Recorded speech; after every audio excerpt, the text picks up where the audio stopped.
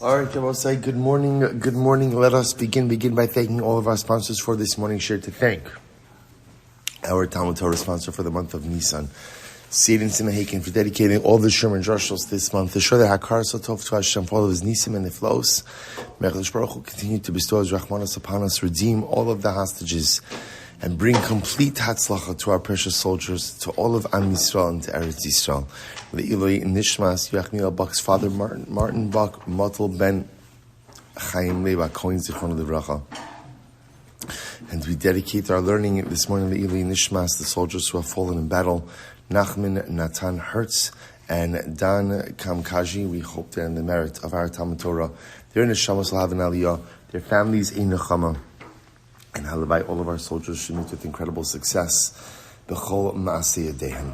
But with that, let us begin. We have really a lot to do today in Eretz Hashem, but some of the Gemara, actually, no, nothing will move quickly. But in Eretz Hashem, but we will get through everything. So we'll say today's daf is Samech Tes 69. We are picking up in Eretz Hashem on Samech Ches Days 68b at the two dots. Tan Rabbanon. So the Gemara says as follows: Tan Rabbanon, Kama hu scharo. So we'll say, so remember again, we were introduced yesterday to the concept of Iska. Iska meaning that Iska really is a partnership in a typical Iska case. So let's just review our case because this is what we're going to be spending the entirety of today on. Right? So you have two partners, Reuven and Shimon. Reuven is the capital partner. Shimon is what we'll call the working partner. I'm sure there are better technical terms, but that's what we'll use for now. So Reuven gives Shimon $10,000. Says to Shimon, okay, go ahead, we're going to invest in whatever, we're going to purchase whatever, and we will split the proceeds 50-50. They will say, sounds great. So therefore, again, Shimon is the working partner. He works his magic. They generate $5,000 worth of profit. Beautiful. $2,500 for Reuven, $2,500 for Shimon. Sounds fine. What's the interest problem? What's the interest issue over here?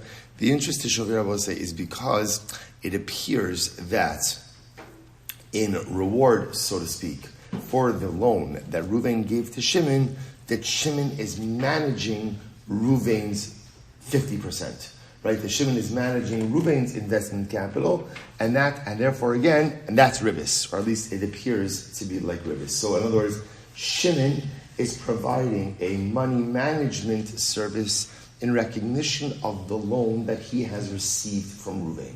So we'll say, so again, that seems to be the paradigmatic example of ribis. The Mishnah advances a fairly simple way to go ahead and address that, which is that Reuven pays Shimon a management fee. He pays him a salary. I'm paying you X amount of dollars extra to be for the service of managing my money. That way, again, Shimon's management of Reuven's 50% of the investment is not looked at as ribis. It's not looked at as reward for having received the loan, because Shimon himself is receiving a payment, a salary for that. That's it. I will say, by the way, that's called heter iska. So remember again, iska just means an involvement or a business dealing. When we speak about iska, I will say generally, iska is going to be problematic because it looks like ribis. Heter iska is the way to go ahead and manage. So what the Mishnah is describing over here is what we call a heter iska.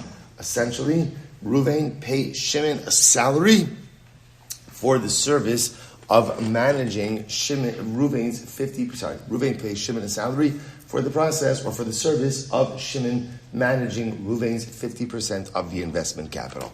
That's it. Now, obviously, it's not that's it. It's more complicated, but l'maisa, that's the conceptual framework. So now the Gemara asks, the Gemara says, so kama, so Tanabana kama hu scharo. So we'll say, so now the shaila becomes, we began this yesterday already, how much does Reuven have to pay Shimon for this service? So Rameir says, whatever, doesn't matter, a lot or a little, because we'll say, I don't want to use the word ceremonial, because ceremonial doesn't sound right, but it doesn't, the salary, the fee, doesn't have to be reflective of necessarily an entire salary. Even any amount is fine. Rabbi Yehuda says, "Afil lo tavel imo ela b'tzir, v'lo achal imo ela grogeres achaz zeu schir."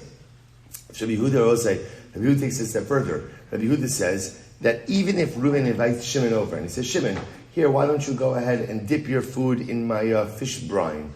Or why don't you go ahead and here's a fig? So literally, even if he offers him something more nominal, right? So, say, You see, in Rabbi Meir is saying, Reuven, you got to pay Shimon something. Rabbi Yehuda is saying you don't even really have to pay him anything. Rather, what? You can even just offer him something. Here, why don't you share my fish dip, right? Or why don't you go ahead and have a fig? That's enough as well. Rabbi Shmuel Silber, no sin lo scharo b'shar. Rabbi Rashbi, again coming up. Right, today is the 14th day of the Omer. Right, we're coming up speedily on Rabbi Shmuel Silber. So Rashbi says you have to give him a real salary. In other words, no, he's providing a service, and therefore halacha l'maisa, you have to go ahead and give him a proper wage. Tanur Rabbanan, lo in shamanes lo as ha'izim, v'lo as harachelim, v'lo kol davar she'ena oseh v'ochel l'mechza.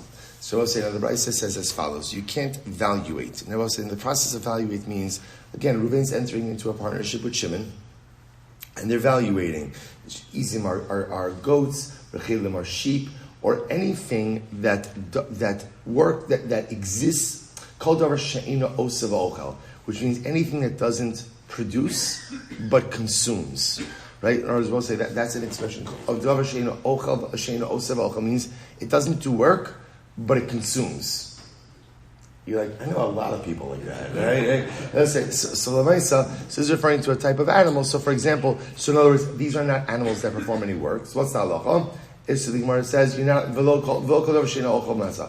So, we'll say, so remember again, Reuven can't enter into a partnership with Shimon to say, here's the investment capital, let's purchase livestock, and we'll split the proceeds 50-50.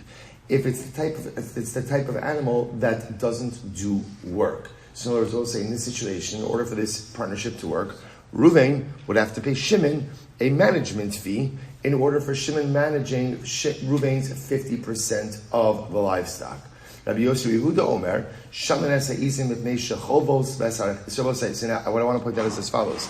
Contrast that with the following. If Reuven and Shimon go into business and they're dealing with a partnership, and they're dealing, let's say, with an ox.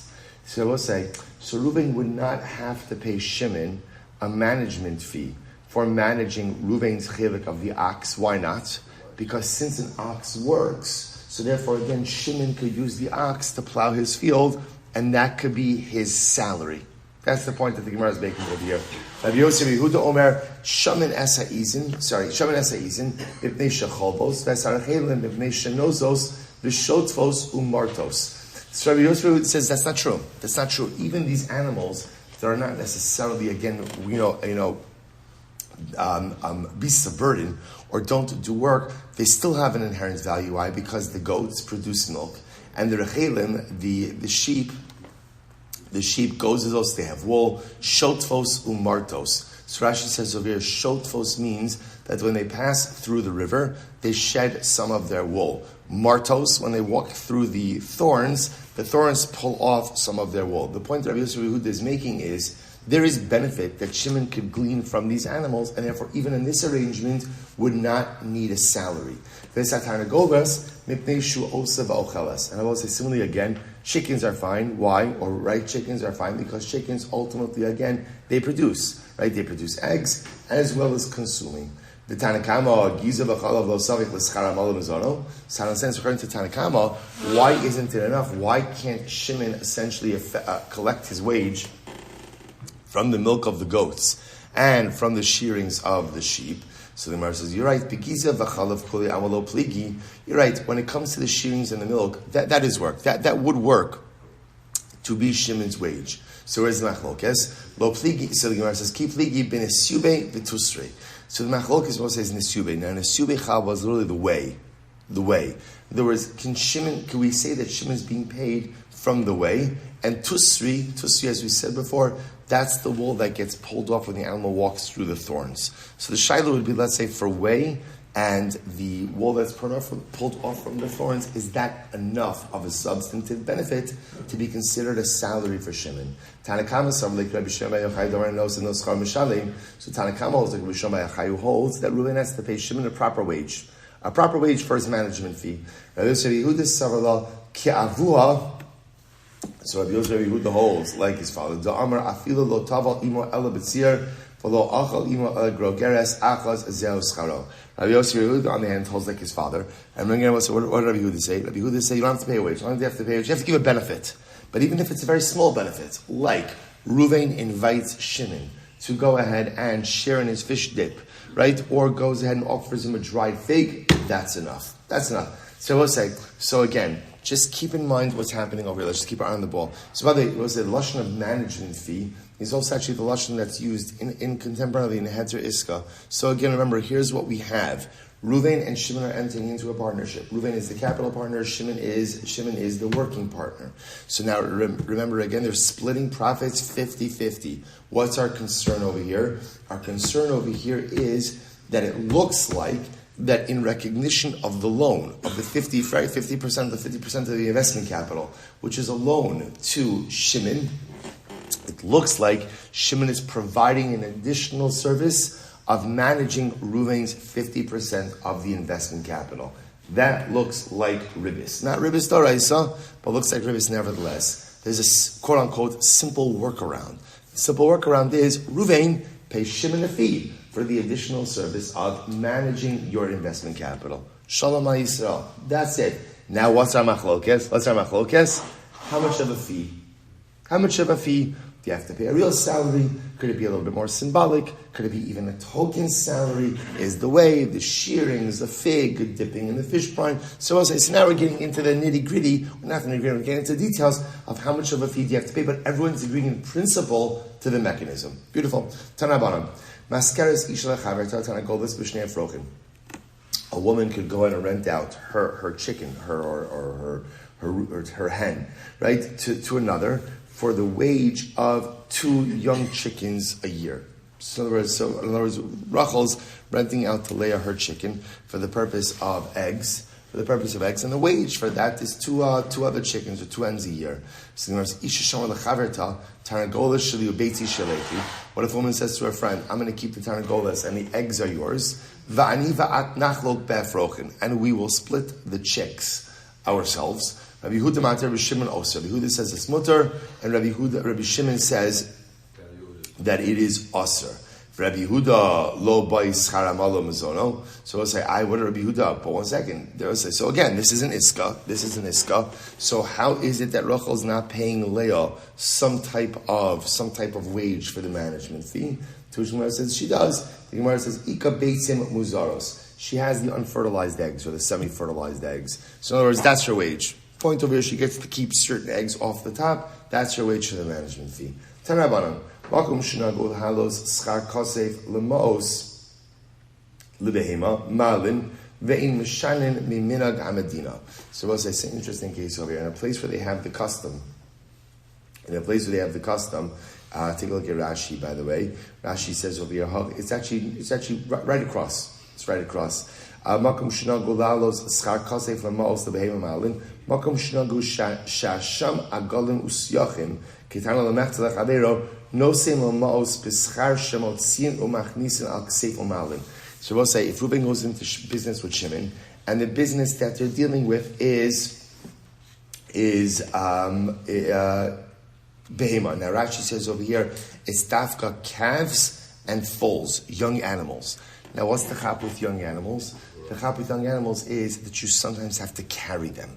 So there is a little bit more effort that is involved in the carrying with young animals than with older animals. So makom shenagu lahalos hakasef lamaos behema malin behem shamin amagamidina. So we'll say, so in a place where it's customary that if you're going into partnership with young animals that sometimes need to be carried, that there's an extra fee, so to speak, an extra management fee, or an extra, we'll call it tircha fee, right? Effort fee that goes involved in that.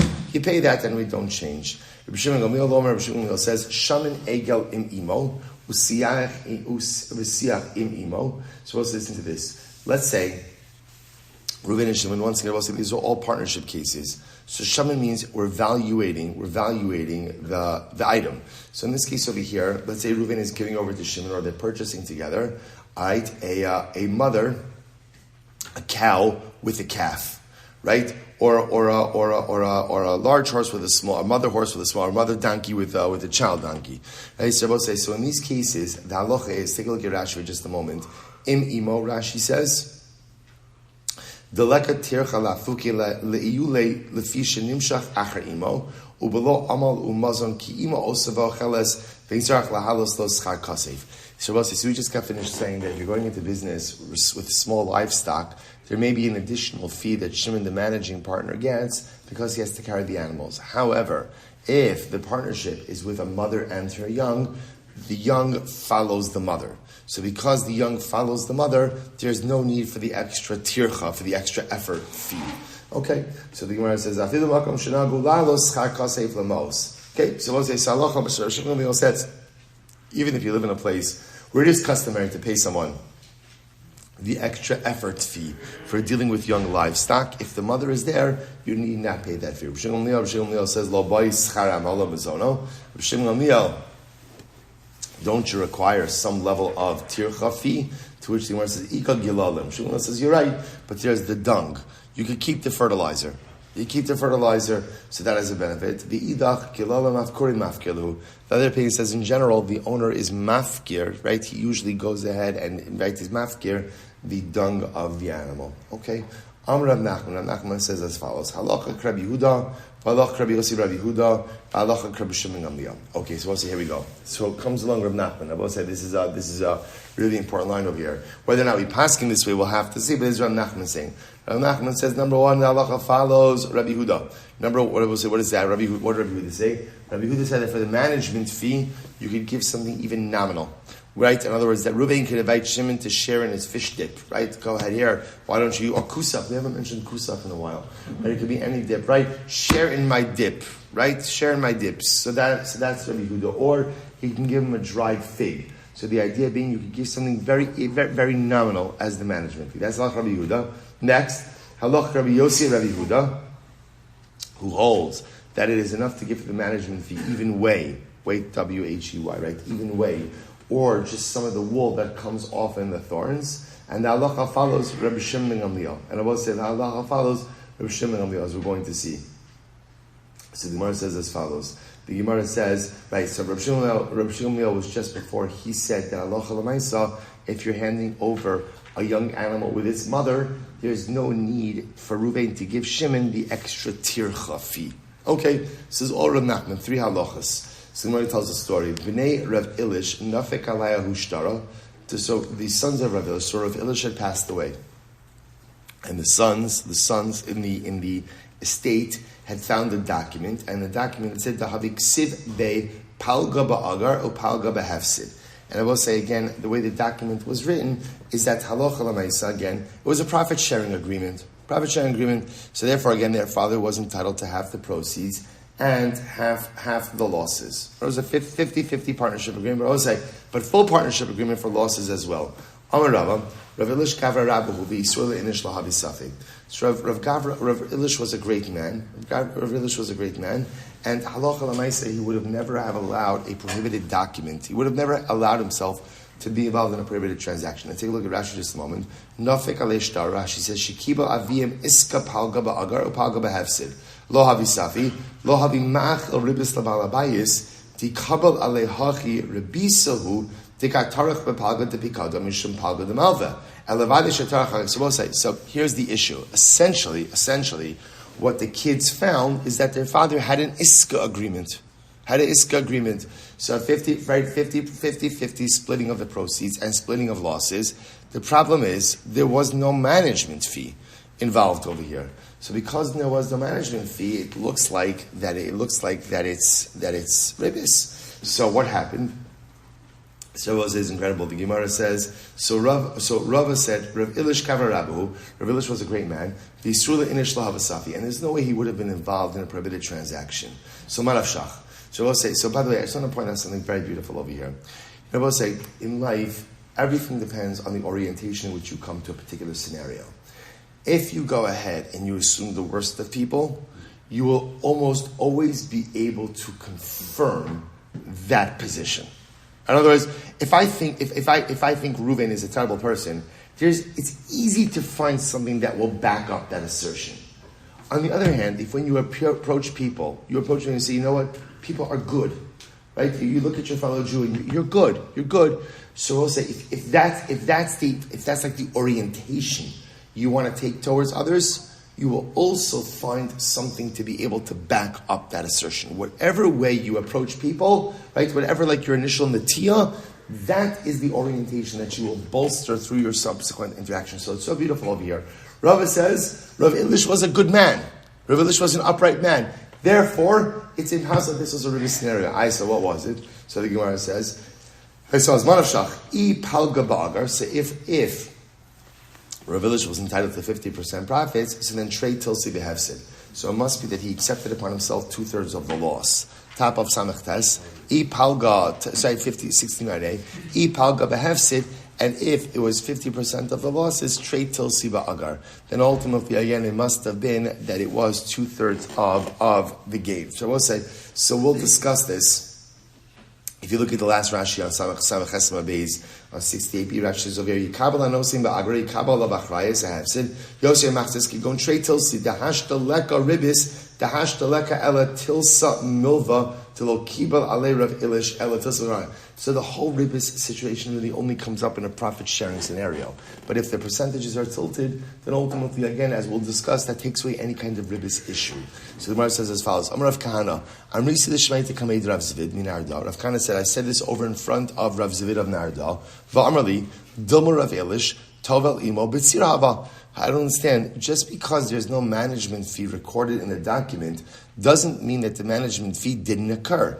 Maybe Rav Ilish had like Rabbi Yehuda. And I will say, by the way, this is coming on the heels of Rav Nachman, who said that what? That the halacha follows Rabbi Yehuda, and Rabbi Yehuda holds that all you need is a nominal management fee. So maybe Rav Ilish invited his partner, invited Ruvain, to share in his kusach, or went ahead and gave him a dried fig. In other words, he gave him something nominal. Okay, it's not recorded in the document, because you're not going to put that in the document. Maybe that happened.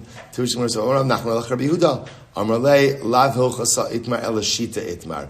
Sheba said, this is very interesting.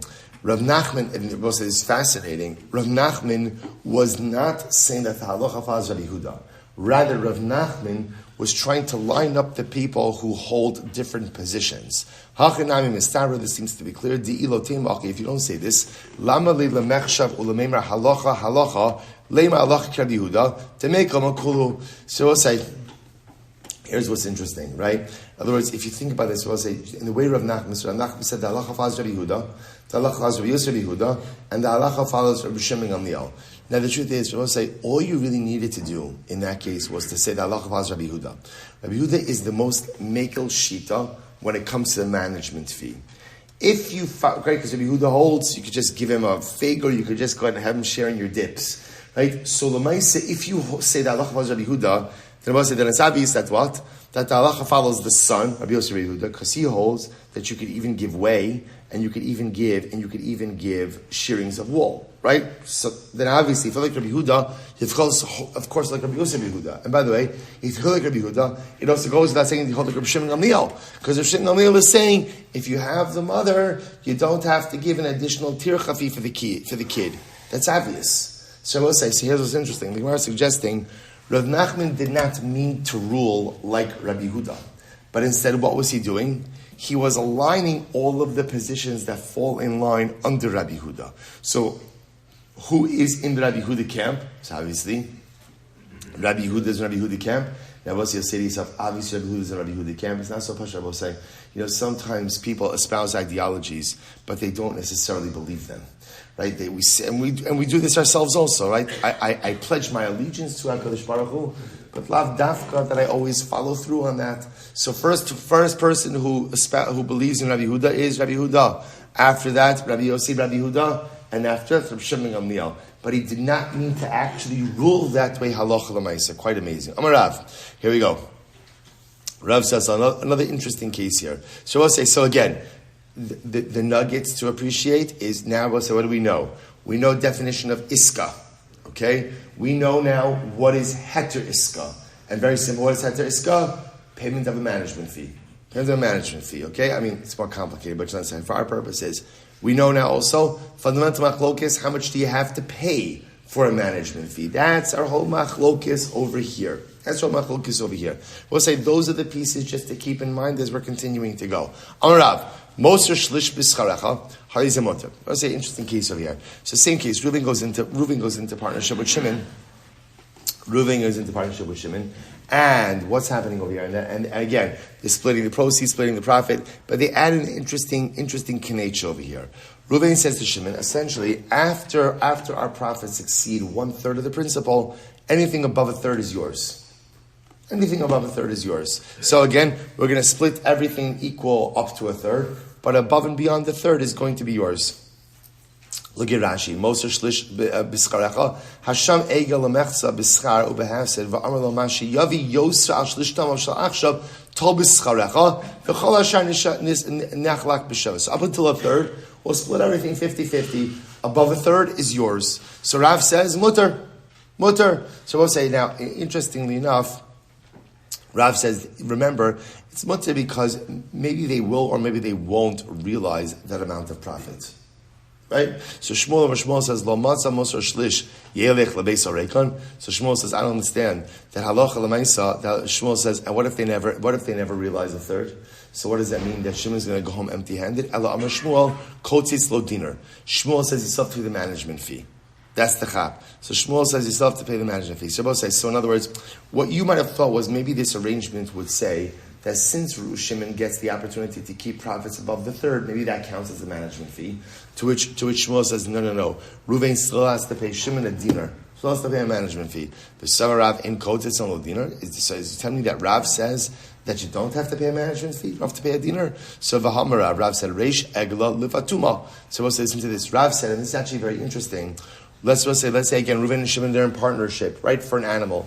Now we'll say, in this case over here, it's an animal that ultimately they're going to shecht. So the halacha is when you're in partnership for an animal, so the sweat, right, the sweat equity partner, right, the working partner, part of his wage that he gets is he gets the head. When you shecht the animal, right, the head goes to the fattener, right? The fattener is the guy who's like, I guess, doesn't really leave much to the imagination, right? He's fattening up the animal, so part of his wage is he gets the head of the animal. Okay, so my love, so we're not dealing with a case over here where also Reuven says to Shimon, right? So Reuven is the equity partner, Shimon is the fattening partner, is the working partner. So now again, are we not talking about a case where Reuven said to Shimon, listen, once we get above 1/3 of the principal, so anything above that is yours. And yet, even with all that, Shimon still gets to keep the head. So you see, like Shmuel, that even with this promise of keeping complete, I will say now, remember, that means after 1/3, once they get above the 1/3 threshold, Shimon gets to keep everything. So we'll say you might have thought that maybe again that's the salary, right? That's the salary for the managing partner. Kamashwan, he gets the head. To which the Gemara says, "Lo de kamra le imoser shlish iresh egla lefatuma."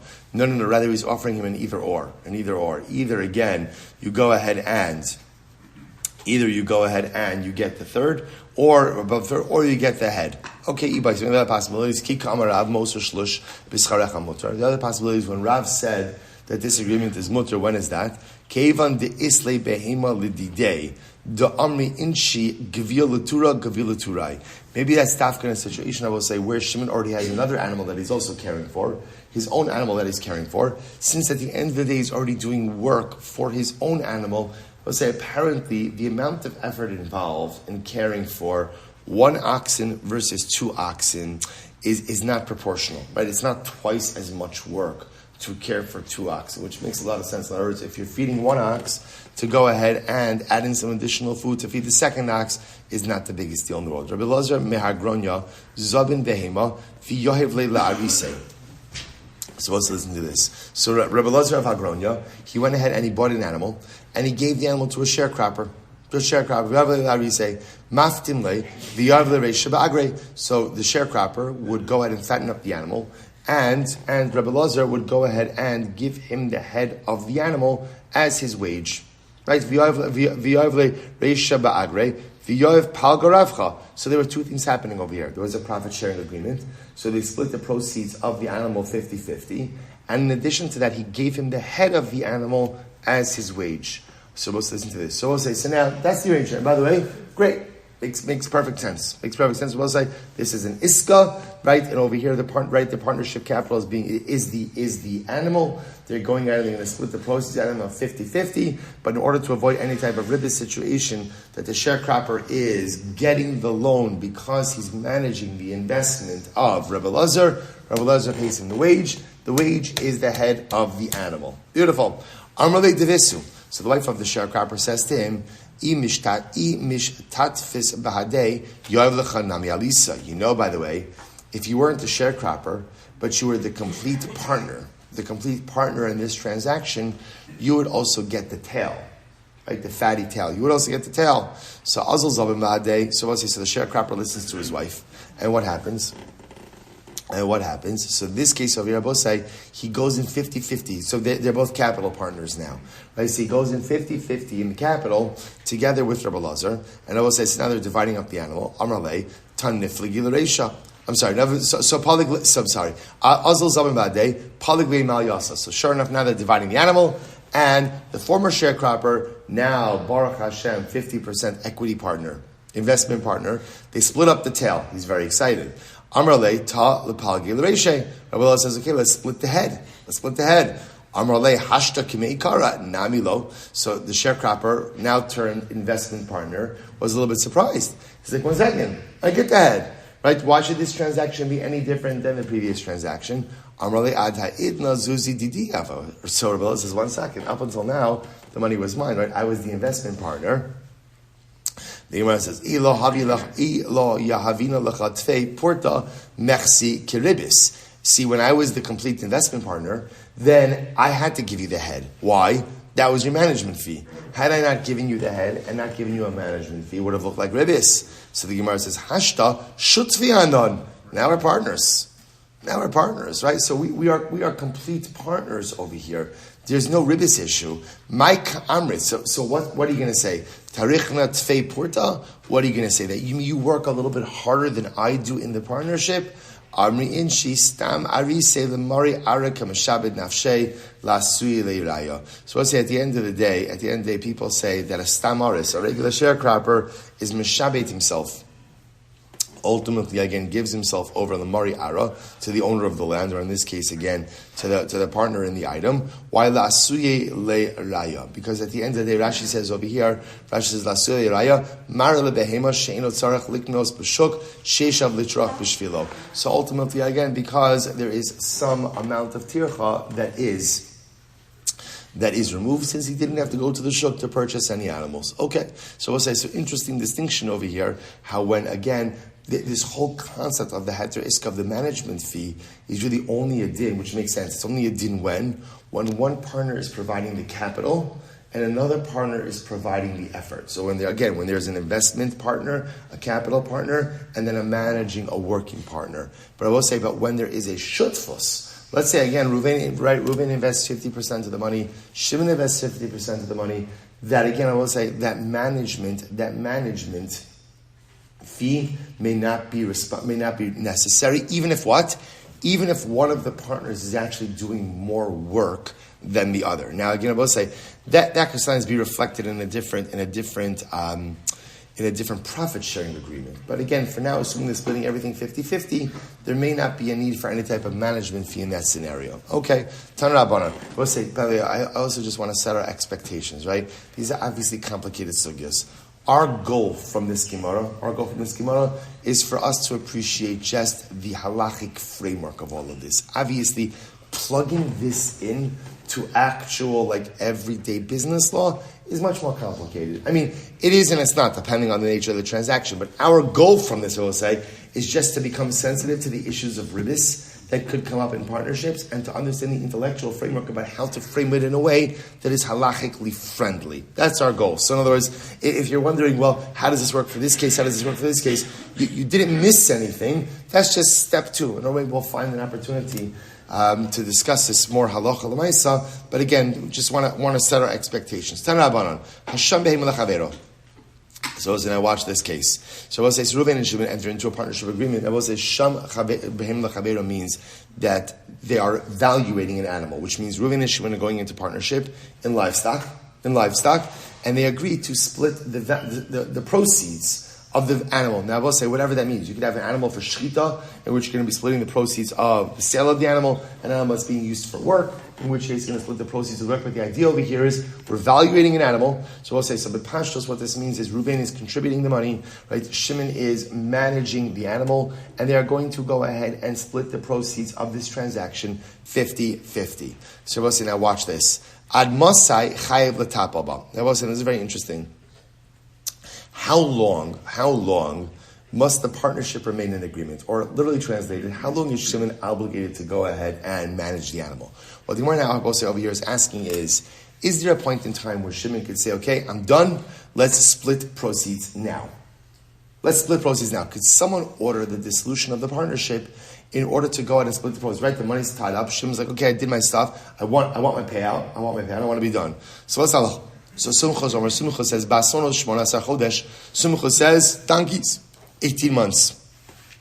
Begodros, Chav Dalet Chodesh. Begodros are small animals, 24 months. Then Ba Lachlok Pisochs Mano. And let's say again, if Reuven or Shimon want to split the proceeds within that time frame, so Chavera Ma'akev Alav. Ultimately, again, the other partner could prevent it. So we'll say, that's very interesting. So what this will say, this is incredibly important. Why do people enter into partnerships? Right? For property, we'll say, by the way, this is an incredible issue. I forgot who it was. But there was one of the major companies that came out. I saw this in the Wall Street Journal that was saying that they are no longer dealing with any, what do they call it? DEI protocols, diversity, equity. MIT said yesterday So DEI. I would say, to me, it's always been incredible when you see like businesses that are focused on hiring people based on this or based on that. It's like we've lost our way. There is one goal of business, and it's not equal opportunity, right? There's one goal of business, which is make as much money as you can. And whoever is going to go ahead and do that for you are the people you want to hire. It's not the UN whose sole job is to give everyone the seat at the table and get nothing done. So that's fantastic. That's DEI at its best. Right? The goal of business is to get things done. Shabbos said the goal of a partnership is to make money. See, here's what's interesting.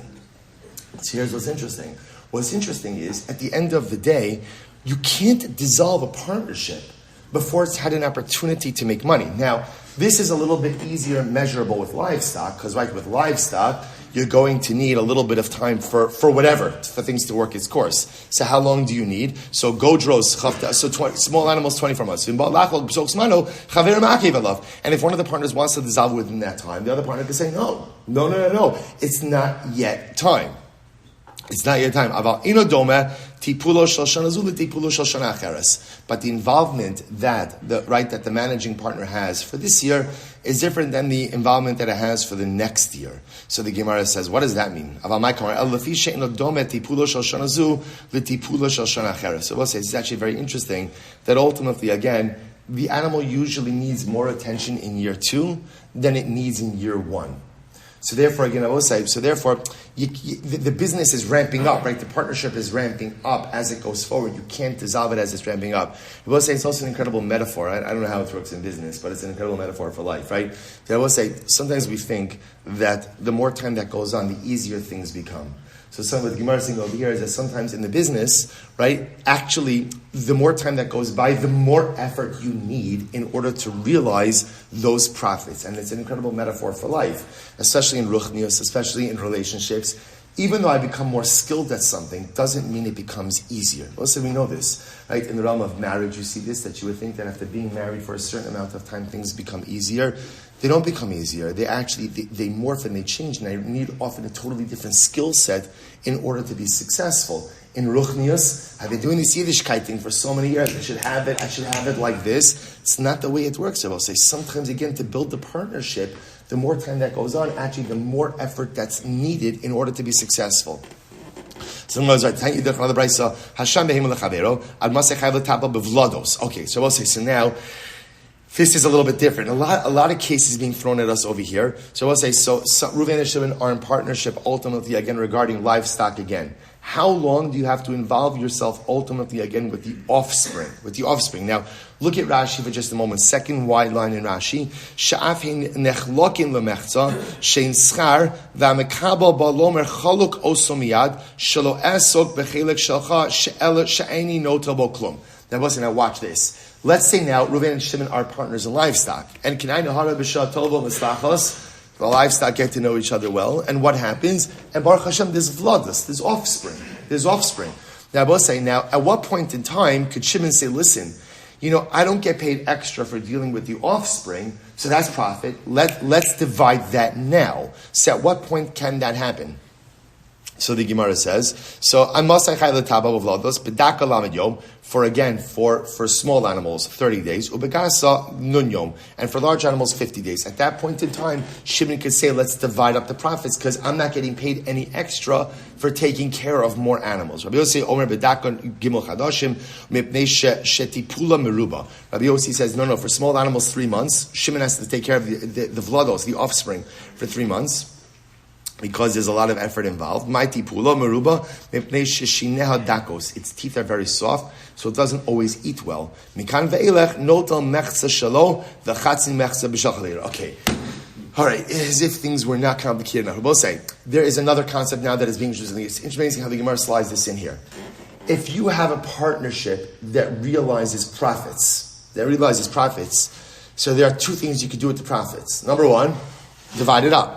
Number 2, I will say, you could have a situation where the profits are automatically reinvested into the partnership. Now, this is incredible, when the profits are automatically reinvested in, let's take a step back. For the initial partnership item, they're sharing in profits 50-50. If the partnership then generates profits, and those profits are reinvested in the iska, in the business, then I will say it's not 50-50, but rather, again, what it's going to end up being is 25% investment partner, 75% managing partner. And we're going to see why that is in just a little bit. So now, in this case over here, where the partnership is about livestock. So again, what we've seen is once now the livestock has offspring, Shimon, the managing partner, can order a division. He can order of profits, not a principal. Right, but he can say, let's divide this up. He has to watch over the offspring for a little bit of time to get them to a basic health threshold, but then he could order.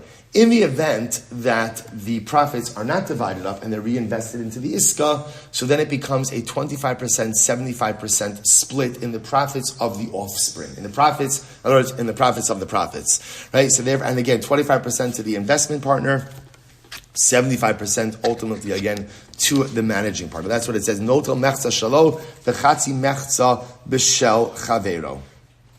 If you take a look at Rashi, Mikan ve'elech, Rashi says, Yitol ha'mekabel mechza shalim b'shvil chalko, sharei chatzi of shalohein. So we'll say, remember again, the managing partner gets 50% of the profits because 50% of that is his.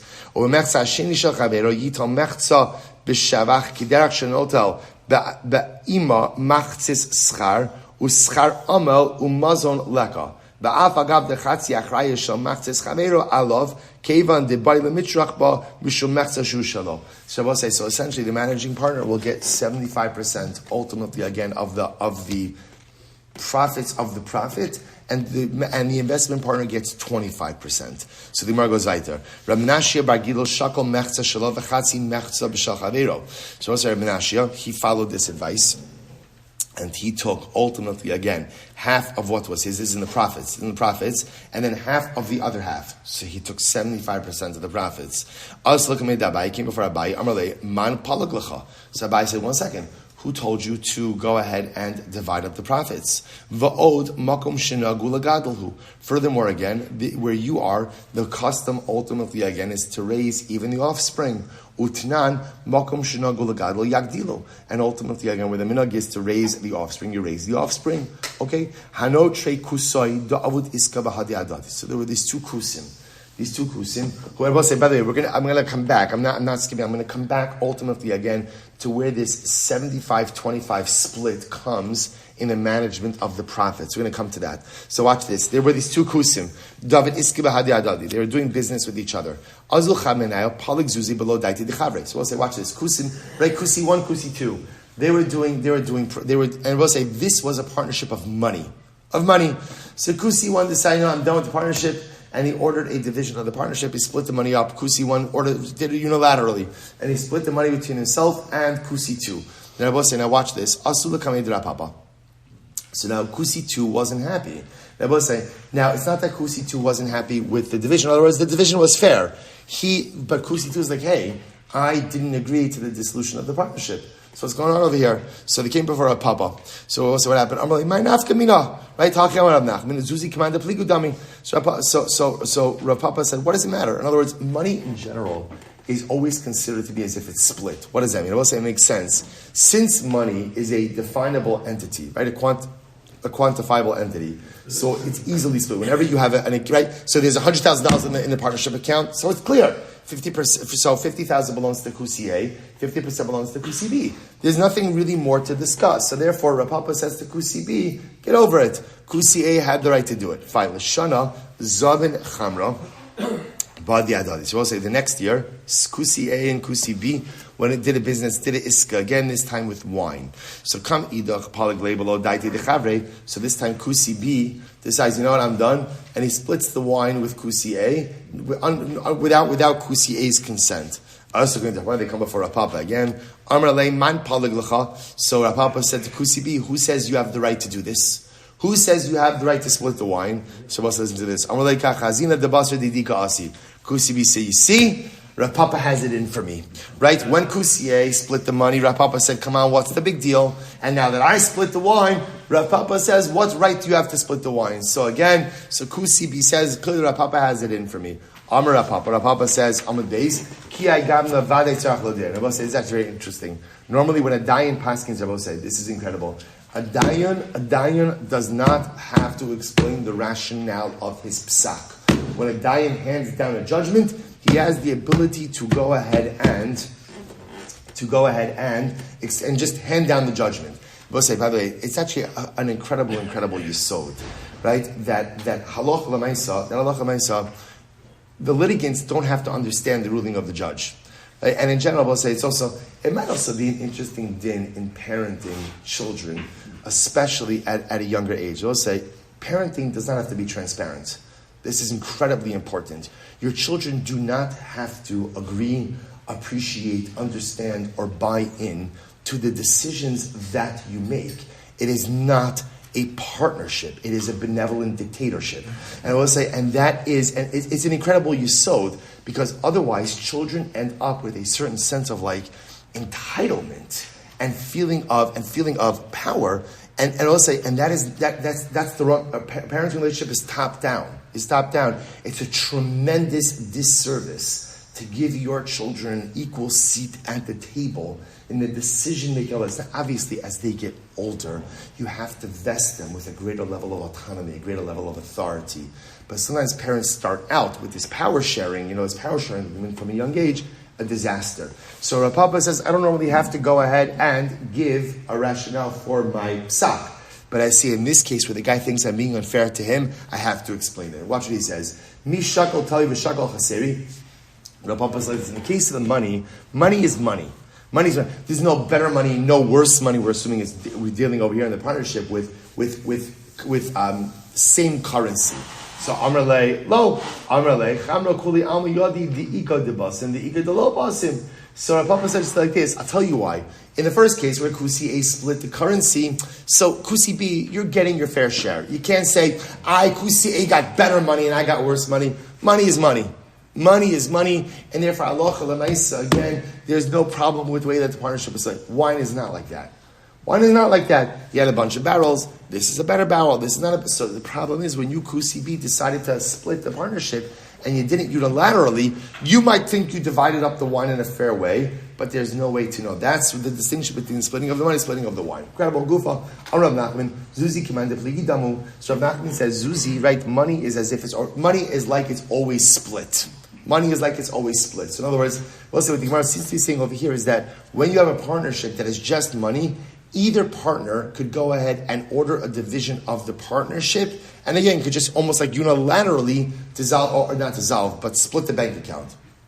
So the Gemara says, "Hani mili tavi v'tavi tekuli v'tekili." This is all assuming that literally, you're going to say the money in question is the same, all good coins or all heavy coins. In other words, that all of the currency. We'll say we're not used to this because again, they're talking about currency made of precious metals, right? So lemais again is all assuming the money is the same. Aval tavi v'tekili lo. But obviously, I will say if the partnership funds are a mixture of actual different types of money, then again, one can't unilaterally split it. Okay, the Gemara tells us not a story, but Rav Chama hava moger zuzi b'pshita Yomi. So I'll say this is fascinating. Rav Chama used to rent out his money. He used to rent out his money. So he had coins, he had money, and he would say, if you want to rent my money, you could rent my money for $20 a day. So I'll say, interesting. He thought he's not charging interest. What he was looking at is he was looking at money as a commodity. Right? So I have money. Here's a pile of money. No different than if I have an ox. So just like you could rent my ox for $20 a day, you could rent my money for $20 a day. So what happened? Kalu zuzi Rav Chama. Rav Chama lost all his money. So we're going to see that the punishment for lending with interest is you lose your money. You lose your money. It's going to be I think Thursday's that. You're going to lose your money. So Rav Chama lost all of his money, right? Because we all say essentially he was lending with interest. Who's sabra? Maishna mimemra. So we'll say mimara. So Rav Chama, Rav Chama thought that this was fine because we'll say he said, why is it any different than an axe? Like we said before, he looked at his money as a commodity. So just like I could rent out a commodity, I could rent out my money. Follow here, and we'll say it's not a fair comparison. Why not? Mara hadra be'enei saying. Right, an axe comes back intact, and one is able to manage to measure any type of diminution or depreciation. Zuzi lo hajibeinayu. Money does not come back. In other words, when somebody was renting Rabbi Chama's money, they weren't giving back the same coins. They were giving back different coins. And therefore, there's no way to measure diminution. So the point over here is money is not a commodity. Money is money, and therefore money can't be rented. Although it's a great chav. Amar Rava. We'll say last case over here. So Rabbi said a person is permitted to say to his friend, Heilech dalad zuzei v'osvei leflanya. Here's 4 zuz. Here's money. Go and lend it to someone else. You could say that. The Gemara says, Lo asra Torah ela ribis hanoa milo v'lamalva. Because we'll say again, the only time that there's ribis is directly when it's from borrower to lender. Similarly, v'amar Rava sharli le'inish l'meimar l'dechavri shakelacha arba zuzei v'amar le'ploni la'osvan zuzei. This is fascinating. We'll say, watch this. I can go over to him and say, Ruvain, here's $100. Do me a favor. Go and convince Shimon to lend me money. Right? So I will say that is permitted. What's the reason? My time, schara kashakel. I will say it's a finder's fee. It's not ribis. We don't look at that as ribis. Right? Because essentially I'm paying Ruvain as a broker to go and secure for me a loan from Shimon. It's not looked at as ribis. We'll say very quickly, ki ha da'aba marbrei drapapa have a shakel ungna. Sorry, ugna, diakira mekira. So let's listen to this. Just like the son of Rav Papa used to take wax from the wax dealers. So I will say, watch this. So essentially, the son of Rav Papa would get a little bit of an incentive from the wax dealers. He would get some wax from the wax dealers, and then he would tell his father, you know what, Dad, you really should lend some money to the wax dealers. We'll call it an incentive. So your son is getting ribis. It's not ribis.